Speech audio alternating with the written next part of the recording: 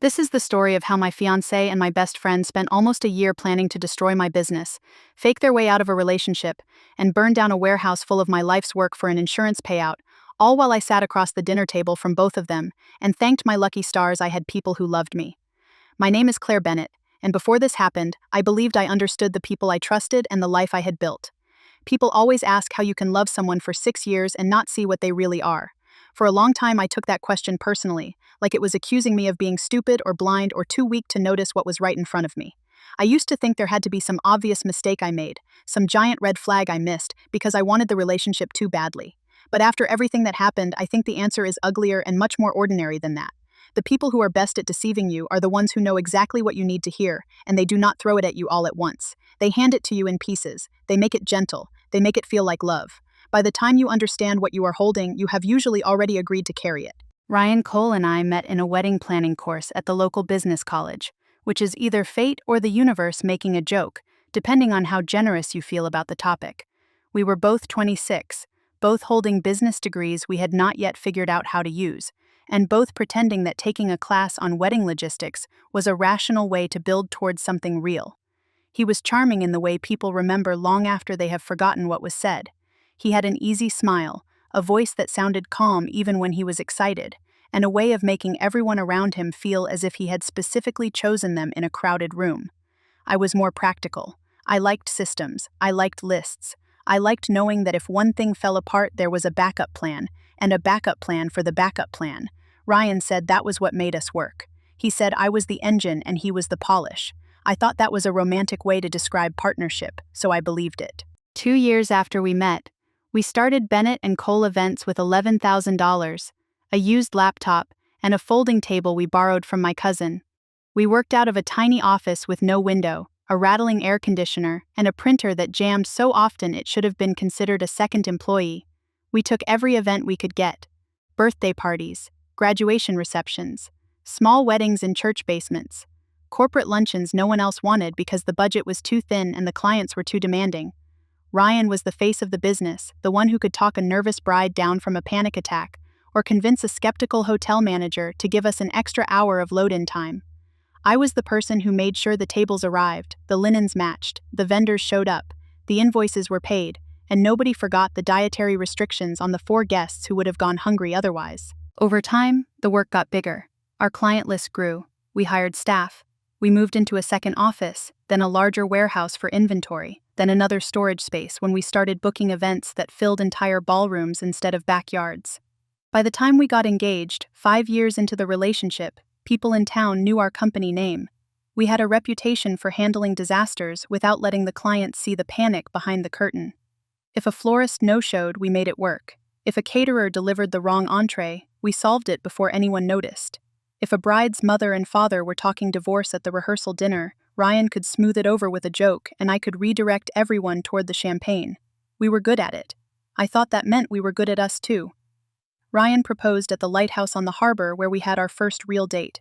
It was cold enough that my fingers hurt, and he was nervous in a way I had rarely seen, which made the moment feel sincere. He had tears in his eyes. He said he wanted to build a life with me that was as beautiful and solid as the things we built for other people. I remember thinking no one had ever said anything more perfectly to me. I said yes before he even finished asking. My best friend Megan Torres had been in my life since our first week of college. She was the kind of friend who knew the exact coffee shop order I used when I was tired, who remembered birthdays for people I had nearly forgotten, who cried actual tears at my engagement party and gave a speech so warm and affectionate that my mother called her my sister afterward. She was maid of honor. She helped me pick my dress. She came with me to every venue walk through, scribbling notes and saying things like "This is going to be perfect, and you deserve every good thing that happens here." She hugged me harder than anyone when I got overwhelmed about the guest list. She texted me constantly with dress ideas, flower mock-ups, seating chart drama, and jokes about how she would personally fight anyone who tried to make me cry on my wedding day. I did not know then that she and Ryan had already been sleeping together for 4 months. I found that out later, but not at first. At first, I found out that Ryan was unhappy, or rather, that is what he told me. 8 months before everything exploded, we took out a business expansion loan to lease a second warehouse. The first space had become too small for the level of events we were booking, and the bank wanted the expansion protected with key person insurance. It was the kind of thing no one thinks about until they are told they need it. A policy on each of us, $2 million per person, because the bank considered both our names essential to the business. I remember signing the paperwork at our kitchen table after a 14-hour day, not really reading much beyond the signature lines because Ryan had already gone through it and told me it was standard boring business stuff. He was always the one who handled the insurance calls. He was always the one who answered the business email after dinner. He said it was because I did all the operational work and he could take care of the admin. I was grateful. I trusted him completely. That matters. I need it to matter. Because so much of what happened only makes sense once you understand how fully I trusted him. I did not trust him in the vague way you trust a coworker not to steal your lunch from the office fridge. I trusted him in the way you trust the person who knows your allergies, your passwords, your mortgage due date, the name of the doctor who treated you when you had food poisoning on a holiday weekend, the person who has held your face while you cried so hard you could not breathe. I trusted him with my future because he had been part of it for so long that I had stopped imagining any future without him in it. The breakup happened on a Tuesday in April, 6 weeks before our wedding date. Ryan came home late after what he said was a supplier meeting. I was at the kitchen island with my laptop open, answering client questions and trying to finish a seating chart for a corporate gala. He set his keys down very carefully, which is not something I noticed in the moment but later remembered because it meant he had already chosen his tone and wanted his hands steady. He sat across from me, folded his hands, and said he did not think he could go through with the wedding. At first, I genuinely did not understand what he was saying. I thought he meant we should postpone because of the business stress. I asked if something had happened. I asked if he was sick. I asked if this was about his father, whose health had been declining, or whether he was overwhelmed by the guest list, or whether he had gotten into his own head about the pressure of the wedding and the expansion at the same time. He shook his head to all of it. He said he had been feeling suffocated for months. He said the business had become the only thing we talked about. He said he needed space to figure out who he was outside of Bennett and Cole. He said he still cared about me, that this was not about me not being enough, that in some ways I had been too much of a partner and he felt like he had lost himself inside the relationship.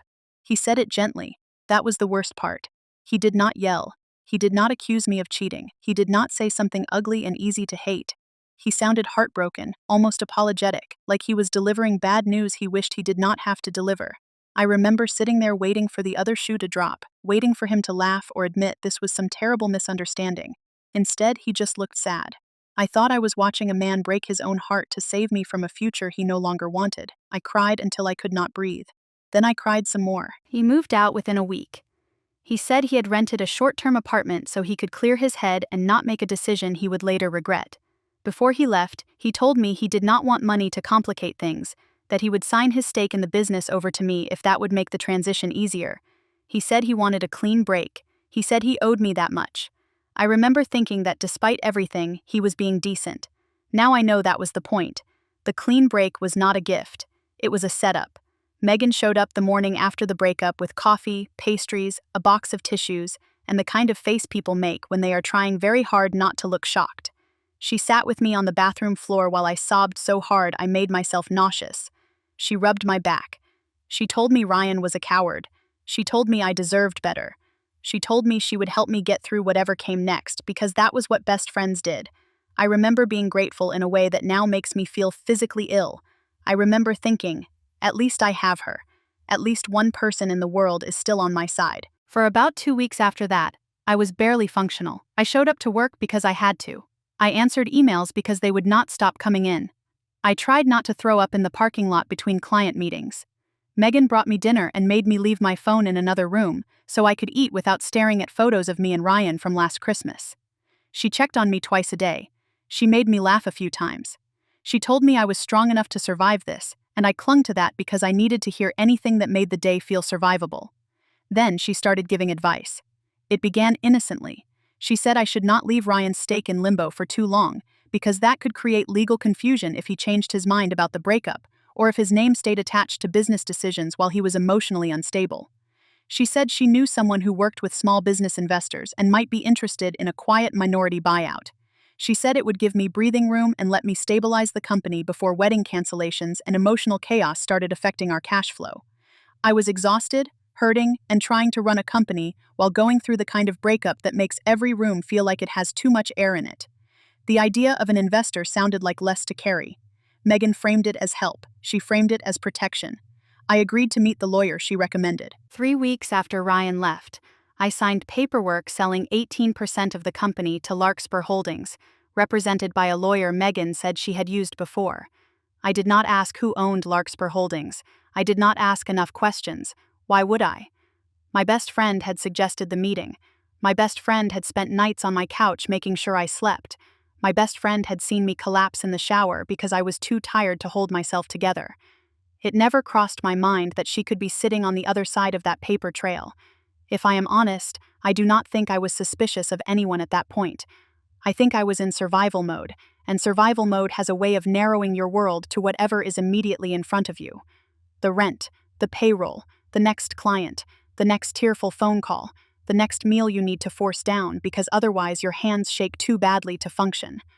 The first thing that actually made me pause was the warehouse insurance. About 5 weeks after the breakup, I got a call from our insurance broker. He sounded polite and professional, but there was a note in his voice that suggested he had already made several calls before reaching me. He said he was confirming a coverage increase request on the new warehouse inventory. The policy had gone from $400,000 to just over $1.1 million. I told him I had not requested any increase. He replied that the request had been submitted weeks earlier, before Ryan left, and that it had been signed digitally with the authorized account credentials. When I pressed him, he said the policy only required one authorized signer because of how the account was structured, and Ryan's signature was the one on file for administrative changes. He sounded slightly embarrassed when he said that, like he knew it sounded ridiculous and did not know how to say it better. I asked why no one had notified me directly. He said the notice had gone to the business, email Ryan had always managed. I sat with that information for 3 days, telling myself there must be a clean explanation. Maybe the broker had confused inventory value with replacement cost. Maybe it was an overcorrection after the expansion. Maybe I had simply not been paying attention because my life had fallen apart and my brain was not at its best. I wanted it to be a clerical issue. I wanted it to be boring. But I had run this business from the ground up. I knew our inventory. I knew how many chairs we owned, how many linens, how many folding tables, how many aisle runners, how many specialty backdrops, how many votive holders, how many floral vessels, how much equipment was in each warehouse. I knew the approximate value of every shelf. I knew that even with the new space, we were nowhere near $1 million in physical inventory. So one night after work, when the warehouse was quiet and the staff had gone home, I did a full count by myself. The numbers did not match. That is the polite way of saying I stood in the aisle under fluorescent lights and realized the inventory increase made no sense unless someone had been intentionally inflating the value of what we stored there. I left that night with my stomach twisted into a hard knot and my mind telling me I was overreacting. The human brain is very good at defending the people it loves, even when it should probably be hiring a lawyer. The second thread came from Megan herself. She had come over for one of our weekly healing dinners, which sounds almost ridiculous now, but at the time felt necessary. We had made a ritual of it. She brought wine. I cooked something simple. We sat in my kitchen, talked about work, talked around Ryan, talked about anything that kept my mind from wandering too close to the place where grief lived. That night she had left her laptop open on my counter while she ran to the corner store for more ice. I was clearing dishes and saw a document tab still open. I was not snooping in the dramatic sense people imagine. I did not go looking for secrets. I saw a subject line in an email thread that mentioned numbers and a name I did not recognize, and curiosity turned my head before judgment could.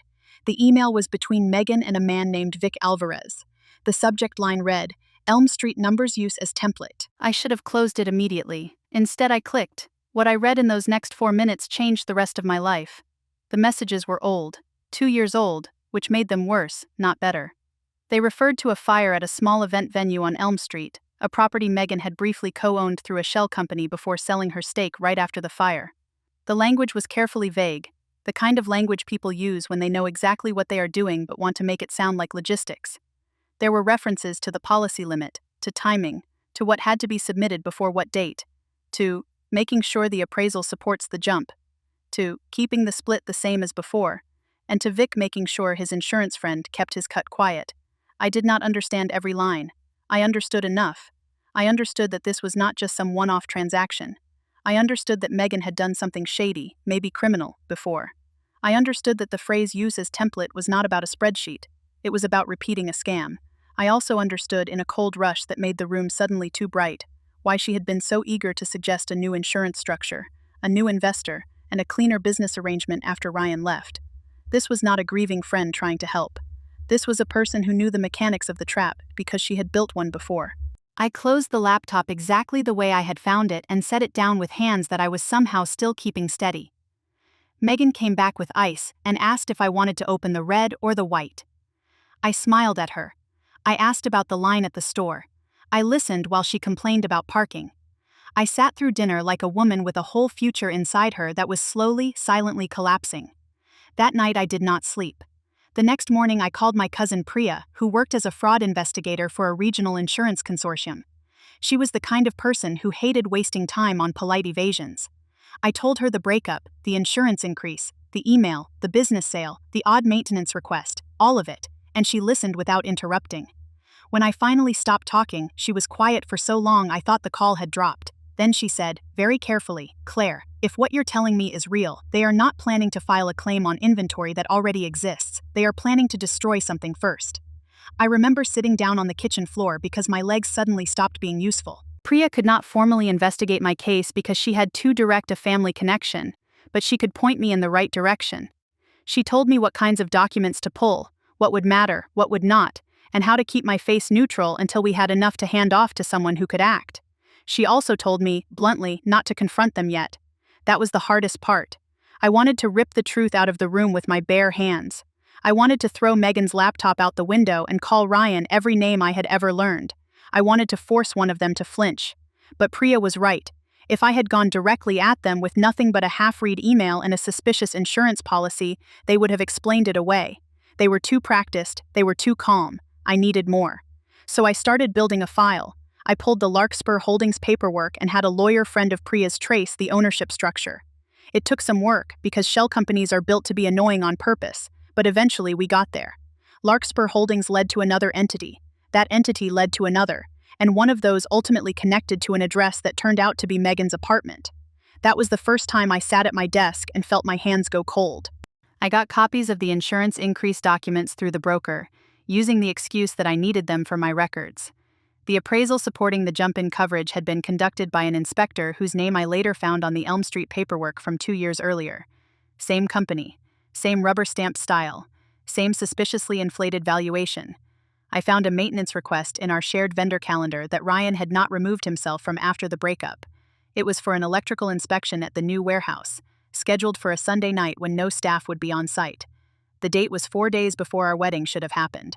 That was when the timeline snapped into place. The wedding date had never mattered to them as a wedding date. It mattered as a deadline, a convenient marker. The breakup, the ownership transfer, the insurance adjustment, the inspection request, and the fake future they had planned for themselves all pointed toward the same night. It was not about ending their relationship with me. It was about creating enough distance and paperwork to make me a nobody by the time the fire happened. I later learned they had planned to marry each other in a courthouse ceremony less than a month after the claim was filed, once the money had moved and the trail looked sufficiently ugly and confusing to anyone who came looking. Even then, they did not intend to wait long. That probably says more about them than anything else. Priya passed everything to Detective Osei, a calm, methodical investigator who worked insurance crimes with the local police, and took exactly one look at the folder I had assembled and said, "This is enough to justify surveillance if the timeline holds." He made it clear that if we moved too early, Ryan and Megan would simply vanish into the next version of themselves and try again somewhere else. He wanted them caught in motion, not just accused after the fact. He asked me if I would be willing to let the Sunday night request happen under surveillance. He asked me if I could keep acting normal long enough for them to believe they still had time. I said yes before he finished the question. Those 3 weeks were the hardest acting job of my life. I had to keep showing up to dinners with Megan. I had to keep sounding tired and fragile and lonely. I had to let her ask whether I had thought about a full sale of the business, whether it might be easier if I simplified, whether I really wanted to shoulder everything on my own when there were clearly people willing to help. I had to nod and say I was thinking about it. I had to let her believe I was exactly as broken and manageable as she wanted me to be. She almost made me feel guilty for hesitating. That is the thing about manipulative people that does not get said enough. They do not always push. Sometimes they hover. Sometimes they ask questions that sound concerned but are really just pressure in nicer clothes. Sometimes they make you feel unreasonable for not trusting them more when they are literally the source of the problem. Meanwhile, Detective Osei's team quietly installed surveillance equipment in the warehouse over 2 late-night visits, disguised as routine maintenance checks. He assured me that the fewer people who knew, the better. I kept my staff in the dark because I had to, and because I did not want to panic them if the plan shifted. Osei warned me several times that people with this kind of scheme sometimes chicken out, or run ahead of schedule, or decide to wait another week when the pressure gets too high. I told him I understood. Privately, I never believed Ryan would back out. The precision of everything was too deliberate. The investment paperwork, the appraisal, the timing of the breakup, the proposed electrical inspection, the move-out, the business transfer, the fact that Megan had already done something almost identical before. These were not careless people, they were organized. I spent that Sunday night at Priya's apartment with my phone off, sitting on her couch and trying not to shake visibly while a team waited outside the warehouse. The apartment smelled like tea and laundry detergent, and the faint citrus scent of the candle Priya had lit because she thought it would calm me. It did not calm me. Nothing could have calmed me. Every few minutes I glanced at the clock and imagined the warehouse dark and silent and full of my inventory, the racks of linens, the wooden tables, the decorative pieces I had spent years collecting, all of it waiting for a match. Just after 11, Priya's phone buzzed with a message from Osei. 3 words. He's inside now. I do not fully remember the next 40 minutes. I remember pacing her kitchen. I remember Priya making tea we did not drink. I remember her telling me to sit down, and then to stand up, and then to breathe. I remember the way my heart felt like it had moved into my throat. I remember the exact moment her phone rang again, and she looked at me before answering, because she wanted to prepare me for whatever came next. Ryan had entered the warehouse with a gas can and a timed ignition device hidden to look like a wiring fault. Detective Osei later explained it to me in a careful voice, because he knew I would want the detail without the spectacle. It was designed to trigger later, after Ryan was gone, when the building was empty and the fire could be framed as an accident. The goal was not just destruction. The goal was plausible delay.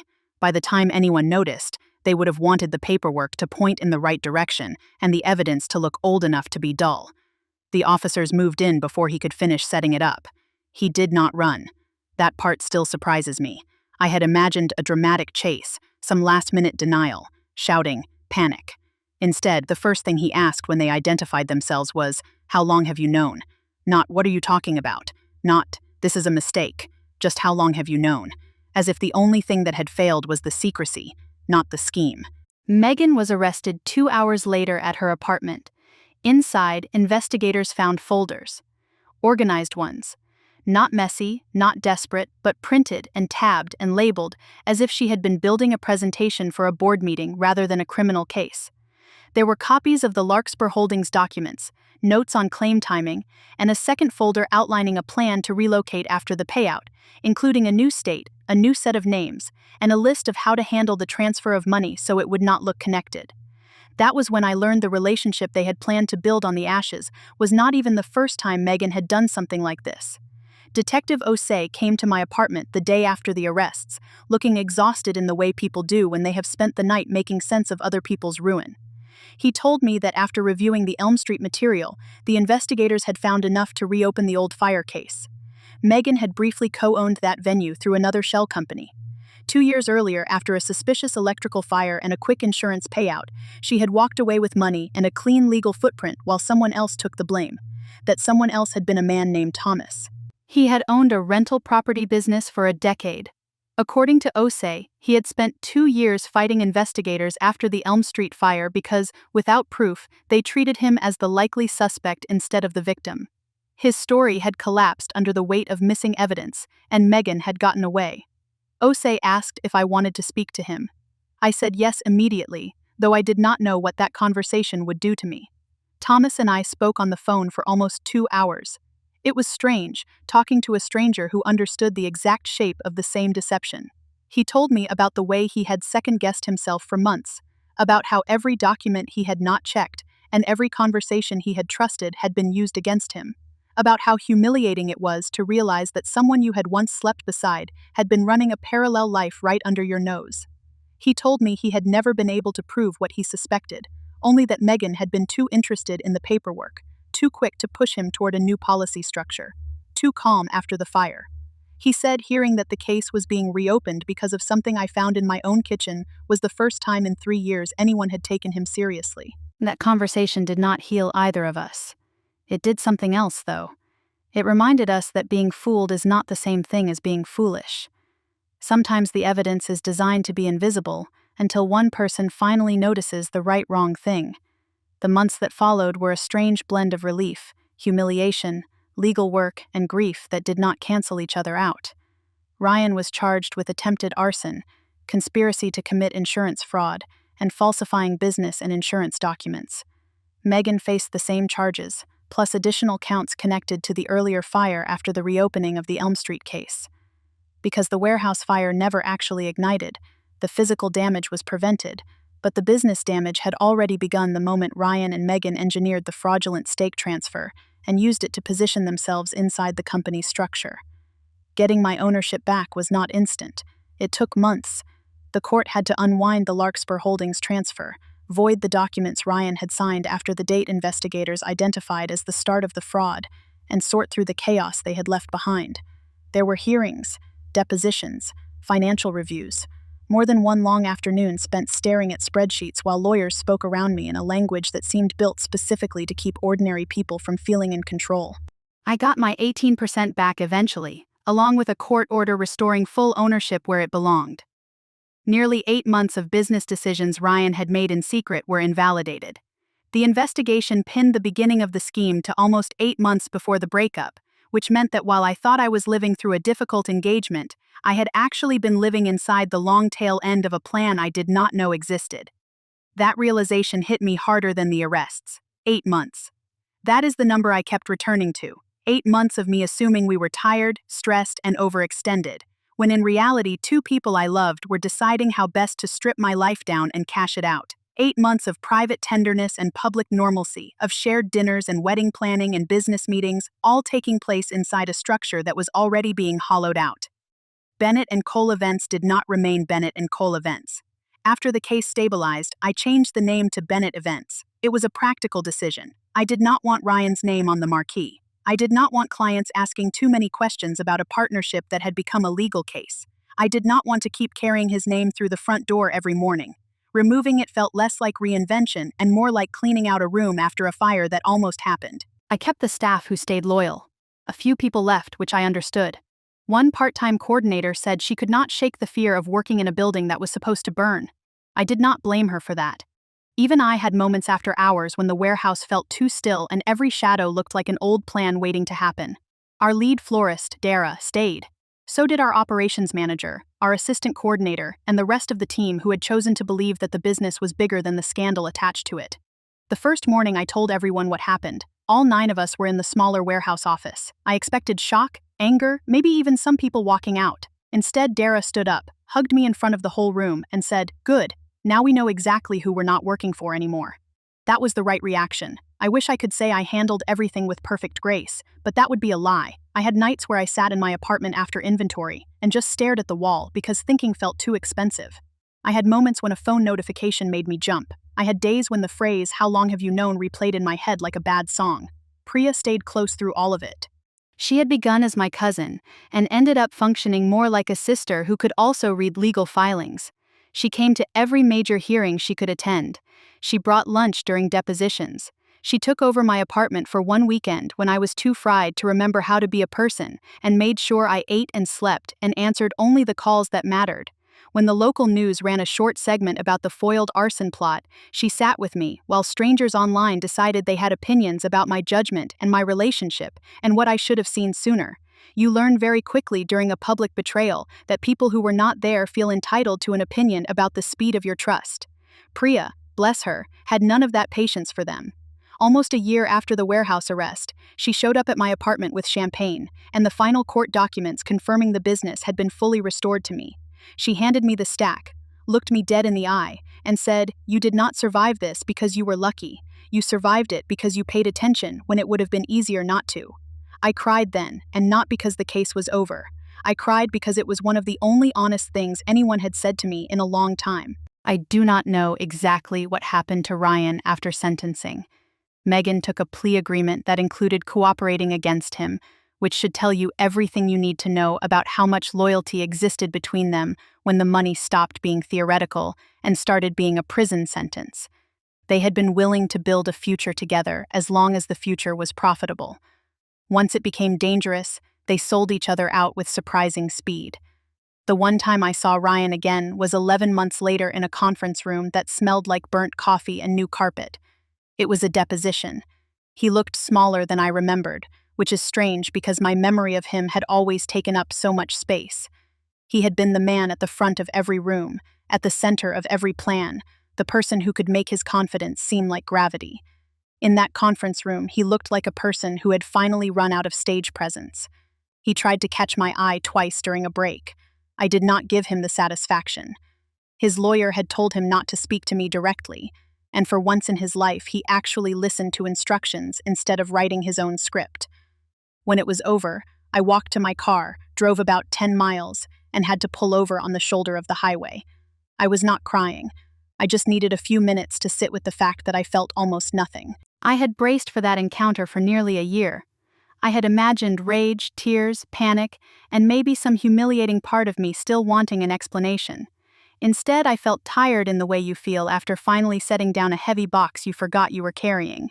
It was not healing exactly, it was recognition. He was no longer the center of my emotional world. He was just a man who had tried to use me and failed.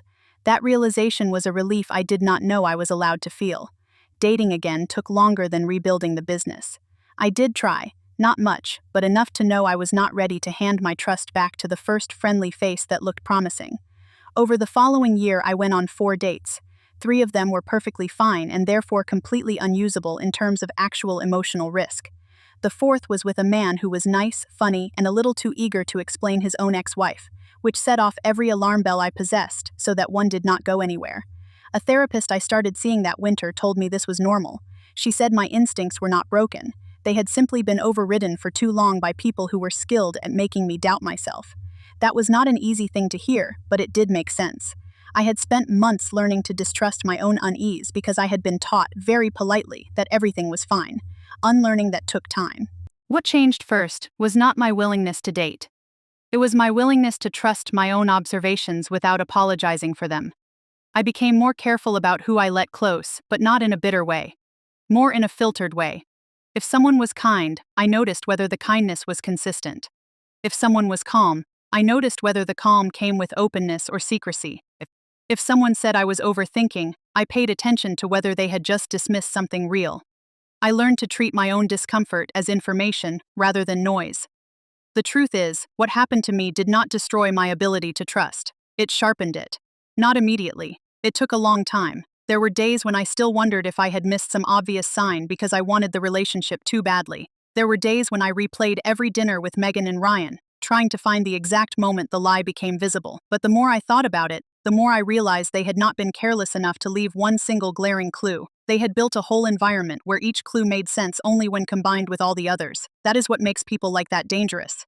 They do not usually resemble the villains in your imagination. They resemble the people you trust to handle the details. I think about the email in my kitchen more than I think about the arrests. Not because it was the most dramatic moment, but because it was the first moment I knew and chose not to act impulsively. I stood there with Megan's laptop in my hands, my heart pounding, and chose to close it, clean up the kitchen, and smile through dinner. That choice cost me 6 more weeks of pretending, but it also gave the investigators enough time to catch them before they could disappear. If I had confronted them that night, I think they would have denied it and gone underground. Megan had already done something similar once before and gotten away with it. Ryan was not the master planner, but he was smart enough to follow a script once someone else wrote it. They would have destroyed records, moved money, and started fresh under another name. I know that now. I did not know it then. All I knew was that something was wrong and I needed more than a gut feeling to take them down. People like to tell betrayal stories as if there was one moment, one dramatic reveal, one giant lie that changed everything. The reality is usually smaller and slower. A policy increase that makes no sense. A subject line on a laptop. A suspiciously calm breakup. A friend who becomes a little too invested in your future. That is how it happens. Quietly. With paperwork. People also like to tell you that catching it in time makes you lucky. I do not feel lucky. I feel like someone who learned, far too late and at far too high a cost, That the softest goodbye you have ever received may not be an ending at all. Sometimes it is just the opening move. When I think about the version of my life that existed before the breakup, I do not feel embarrassed for loving Ryan. I feel sad for the woman who thought mutual history guaranteed mutual loyalty. I feel sad for the part of me that believed shared work and shared dreams were enough to make someone safe. But I do not hate her. She was not stupid, she was in love. There is a difference. Megan is the part I still struggle to process, because friendship feels like a different kind of wound. Romantic betrayal hurts, but friend betrayal digs into the structure of how you understand yourself. Megan knew what I would forgive, what I would excuse, what would make me fold into gratitude instead of suspicion. She used that knowledge like a tool. That is the part that still makes me angry. Not just that she betrayed me, but that she did it with expertise. In the years since, I have had to answer questions from people who are curious in the way strangers can be about disasters that did not happen to them. Did I really not see it? Why did I trust them? How could she do that to a friend? The answers are boring and devastating at the same time. I trusted them because they had earned it. I did not see it because they were careful. She did it because she believed she could get away with it, and because she had before. That is the part that still sits in my chest when I am alone some nights. Not the fire that did not happen. Not the money that almost vanished. It is the awareness that someone can stand beside you for years, share meals with you, laugh at your jokes, help you pick out linen colors, and still be mapping your ruin in the background. But there is another truth too. I am still here. Bennett Events is still here. My staff is still here. The warehouse did not burn. The business survived. Not because I was stronger than everyone else in some heroic movie sense, but because I paid attention when paying attention was inconvenient. Because I asked questions when the answers sounded off. Because I sent one phone call to the right person before I let fear turn into silence. The emotional repair took longer. It still is taking longer. Some weeks I feel almost normal. Some weeks I wake up remembering the phrase "how long have you known" and feel like I am standing in that kitchen again. I still do not love the sound of a laptop lid closing. I still notice who handles the insurance paperwork. I still read every contract twice. That is not a weakness. It is a boundary. There are people who will tell you that becoming cautious means you have let the wrong people win. I do not agree. I think caution is what remains when optimism has been tested and refined into something sturdier. If you are wondering whether I ever heard from Ryan or Megan again after the legal process, the answer is no, not in any meaningful way. There was a deposition, there were filings, there were letters from lawyers. There was one nearly polite note from Megan's attorney about cooperating with the next phase of the case. There was nothing human enough to count as conversation. I intend to keep it that way. I have no interest in closure as a dramatic scene. I got something better and more useful than that. I got the truth, a courtroom record, my business back, and the knowledge that I was right to trust the part of myself that said something was wrong. That is not a cinematic ending, it is a practical one. And practical endings are underrated. I still remember the night Priya handed me the final court documents. She set them on my table, popped the champagne, and made me sit down before I could start working again out of habit. Then she looked at me and said I had become one of the only people she knew who could have their life almost torched and still manage to keep a company running. I laughed at that because the alternative was crying, and because we both knew the joke was only half a joke. She asked me if I regretted staying quiet for those 6 weeks. I thought about it for a long time before I answered. No, I said. I regret that it was necessary. I regret that I had to learn how far they were willing to go. I regret the years of trust they poisoned. But I do not regret waiting. Waiting gave the investigators enough time. Waiting kept them from disappearing. Waiting kept the building standing. I hated every second of it, but it was the right move. That was the first time I said it out loud and believed myself. If I have learned anything from all of this, it is that betrayal is not always loud. Sometimes it arrives smiling. Sometimes it helps you pack. Sometimes it brings wine and asks if you are sleeping enough. Sometimes it tells you it needs space. And sometimes that is the point where the trap starts closing. I am not naive enough anymore to think that one good instinct can save you from every bad person, but I do believe one good instinct, acted on carefully, can save a lot. So when people ask me if I was lucky, I tell them no, I was paying attention. And when they ask if I could ever have done what I did, kept smiling through dinner while knowing what was coming, I tell them the truth. I do not know. I hope I would have been smart enough. I hope I would have been patient enough. I hope I would have done exactly what needed doing even if my heart was breaking. Because sometimes survival isn't dramatic. Sometimes it's just closing a laptop, washing the dishes, and smiling through one more dinner, until the truth finally catches up to the people who thought you'd never notice.